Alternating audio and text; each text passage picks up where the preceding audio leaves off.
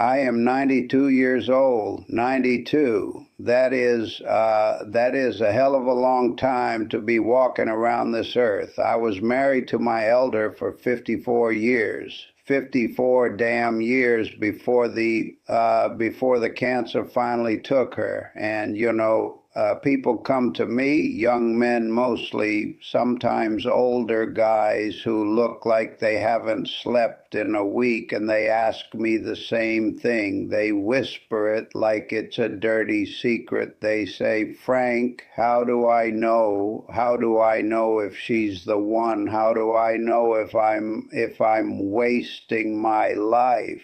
And I look at them and I see the terror. You are terrified. You're terrified that you're going to wake up at 80, look across the breakfast table at a stranger, and realize, my God, I threw it all away on the wrong person. And you should be terrified because it happens. I've seen it happen. But the problem is you're asking the wrong damn questions. You boys are looking for fireworks. You want the butterflies. Let me tell you something about fireworks. They explode, they're loud, and then poof, they leave you in the dark. It's all of it. Real love, the kind that gets you to 92. It isn't a firework. It's a fireplace. It keeps you warm when the furnace breaks. So if you are sitting there right now wondering if you made a mistake,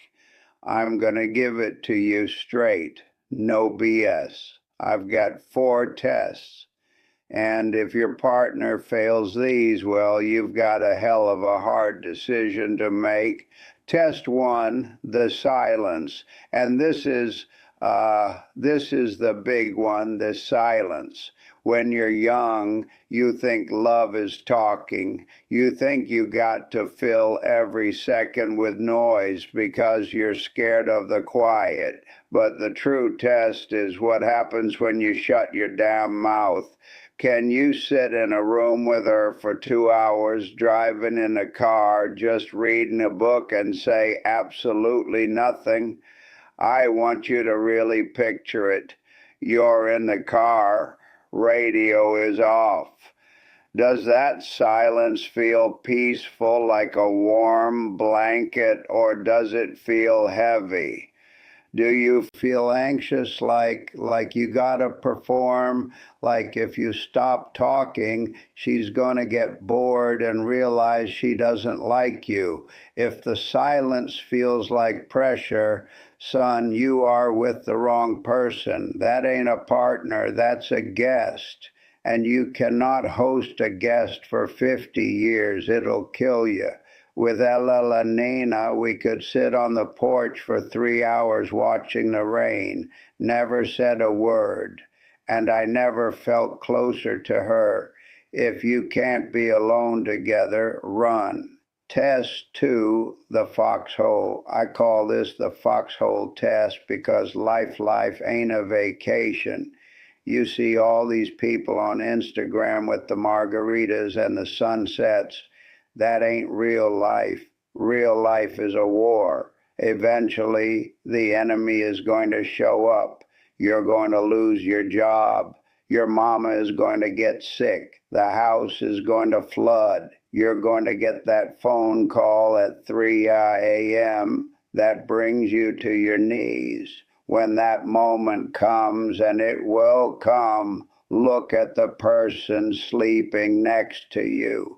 Are they the person you want in the foxhole? Are they going to load the magazines and help you fight? Or are they going to panic? Are they going to sit in the corner and cry and ask you to fix it? Or worse, are they going to blame you for the damn attack? I've seen men go bankrupt and their wives rolled up their sleeves and said, let's get to work. And I've seen men lose a little bit of status and their wives walked out the door. If you can't trust her to handle the worst day of your life, she doesn't deserve the best days. Test 3, the mirror. This one one is subtle, but it's dangerous. Who do you become when she walks in the room? I see so many men, good men, lions, and they shrink. They walk through that front door and they become mice. They walk on eggshells. They hide their ambitions because they don't want to deal with the jealousy. They stop seeing their friends. They cut off little pieces of themselves just to keep the peace. Listen to me. If you have to make yourself smaller to fit into your relationship,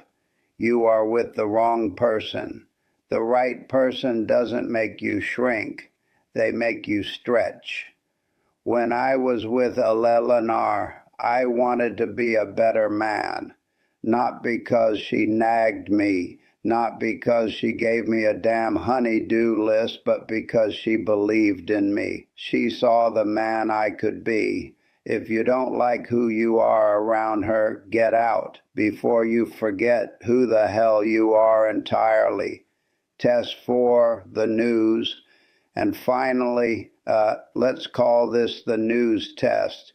When something good happens, you get the promotion, you find $20.